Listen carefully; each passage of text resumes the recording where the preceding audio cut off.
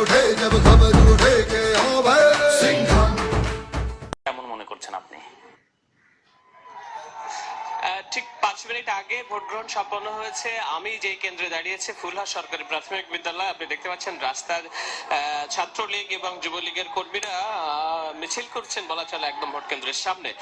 কারণ হচ্ছে যে 4টার পরে বেশ কিছু মানুষ তারা ভোট কেন্দ্রে ঢোকাতে চেয়েছিলেন, কিন্তু এখানকার আইন শৃঙ্খলা রক্ষাকারী বাহিনীর সদস্যরা সেই কাজে বাধা দিয়েছেন। আজ সারাদিন নিঃসন্দেহে বলতে হয় যে আইন শৃঙ্খলা রক্ষাকারী বাহিনীর সদস্যরা খুব তৎপর এবং সৎ জায়গা থেকে দায়িত্ব পালন করার চেষ্টা করেছে বলে আমাদের চোখে ধরা পড়েছে এবং আমরা কিছু নমুনাও দেখেছি। এবং সেই দায়িত্ব পালন করতে গিয়ে কোথাও কোথাও স্থানীয় সংসদ সদস্যের কাছ থেকে বাধার সম্মুখীন হয়েছে। ঘটনাটা বলবেন কি হয়েছে?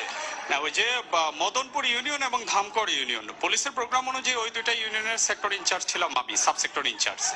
তো আমি মদনপুর ইউনিয়নের কেওডালা কেন্দ্রে যখন গিয়েছি যে ওখানকার পরিস্থিতি কি জানার জন্য প্রত্যেক কেন্দ্রে কেন্দ্রে ভিজিট করতেছি, তখন ওখানকার কেন্দ্রের পুলিশ ইনচার্জ, প্রিজাইডিং অফিসার এবং মোবাইল স্ট্রাইকিং ফোর্সের অফিসার আমাকে জানালো যে ওখানকার সালাম চেয়ারম্যান, মদনপুর ইউনিয়নের চেয়ারম্যান, উনি এসে বলছেন যে পুলিশের কেউ এখান থেকে মাথা নিয়ে যেতে পারবে না। পুলিশের কেউ মাথা নিয়ে যেতে পারবে না। আনসার পুলিশ, আইন শৃঙ্খলা বাহিনীর কেউ বেঁচে থাকবে না, একটাও এখান থেকে যেতে পারবে না আমাকে যদি এখানে কাজ করতে না দেওয়া হয়। আপনি তাকে অ্যারেস্ট করেননি? আমার কথা শুনেন প্লিজ।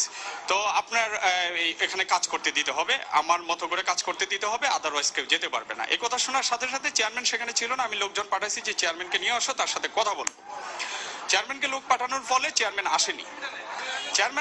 তখন চেয়ারম্যান আরেকজনের টেলিফোনে আমার সাথে কথা বলেছেন এবং টেলিফোনে আমি ওনাকে জিজ্ঞেস করলাম আপনি কি ভোট দিয়েছেন? হ্যাঁ দিয়েছি। তো তাহলে আপনি আজকের জন্য শুধু একজন ভোটার, এর বেশি কিছু নন। আপনি ভোট দিলে ভোট দিয়ে চলে যান, আপনি কারো ভোটে ডিস্টার্ব করবেন না, আপনার ভোটেও কেউ ডিস্টার্ব করবে না। এই কথা বলার পরে উনি বলতেছে যে আপনি কি আমাকে থ্রেট দিচ্ছেন? আমি বললাম থ্রেট তো আমি দিচ্ছি না, থ্রেট আপনি দিলেন আমার লোকজনকে।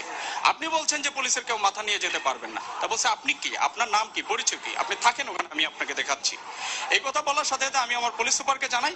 পুলিশ সুপার আমাকে বললো যে তাকে অ্যারেস্ট করো, আমি ফোর্স পাঠাচ্ছি, দ্রুত তাকে অ্যারেস্টের আওতায় নিয়ে আসো। সাথে সাথে আমি র্যাব কল করলাম, বিজিবি কল করলাম, তারাও পৌঁছালো, আমার ফোর্সের সংখ্যাও বাড়লো এবং তাকে যখন অ্যারেস্টের প্রিপারেশন নিচ্ছি যে তার বাড়িতে রেড দিয়ে, আশেপাশে রেড দিয়ে তাকে অ্যারেস্ট করবো, সঙ্গে সঙ্গে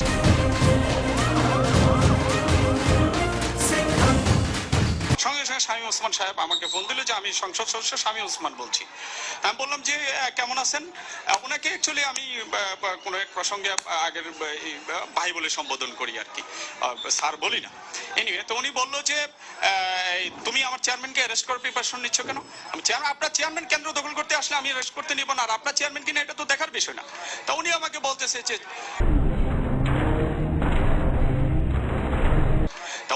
বলতেছে যে প্লিজ, আমি শামীম ওসমান বলছি, আমি কাউকে প্লিজ বলি না, আমি বলছি গিভ হিম দ্য ক্লিয়ারেন্স। তুমি কেন্দ্রটা ছেড়ে দাও, তুমি তোমার মতো করে চলে দাও, গিভ হিম দ্য ক্লিয়ারেন্স। সময় দ্রুত ফুরিয়ে যাচ্ছে, 4টার ভিতরে 70 থেকে 80% ভোট কাস্ট করতে হবে, তুমি কেন্দ্রটা ছেড়ে দাও এবং চলে যাও।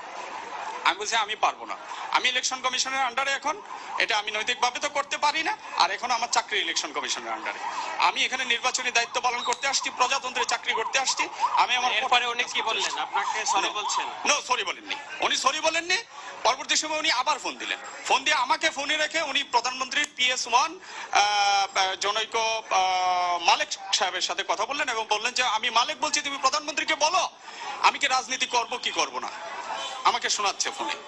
আমি বলছি আপনি কার সাথে কথা বলেন দেখার বিষয় না, আমি খুব ছোট অফিসার, আমি এখানে দায়িত্ব পালন করতে আসছি, আমার দায়িত্বটা আমাকে পালন করতে দিন। বলছে কুত্তার বাচ্চা, শোয়ারের বাচ্চা, বাস্টার্ড, তুই কি পারবি কর, তোরে আমি দেখে নিব।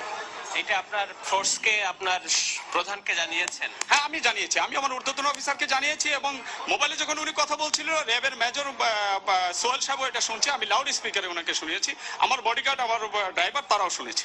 এই ঘটনায় আপনি শঙ্কিত কি না? অবশ্যই আমি শঙ্কিত, এই ঘটনায় আমি অত্যন্ত শঙ্কিত। উনি আমাকে সরাসরি থ্রেট করেছে, হুমকি করেছে এবং উনি কেন্দ্রের ক্লিয়ারেন্স চাচ্ছে যে তুমি অ্যাক্সেস দিয়ে দাও, ক্লিয়ার করে দাও। সেটা তো আপনার অনুমতি নাই।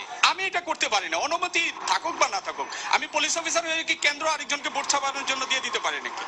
এটা নিয়ে আপনার যে ফোর্স, সেটা ব্যবস্থা নেওয়ার আপনাকে আমি কন্ট্রোলকে জানিয়েছি, কন্ট্রোলে আমি এটা নোট দিয়েছি। আপনি ঠিক আছে, আমরা শুনছিলাম শোভন একজন পুলিশ কর্মকর্তা যিনি, যাদের কিনা আসলে সকাল থেকে সারাদিন এই দায়িত্ব গিয়েছে।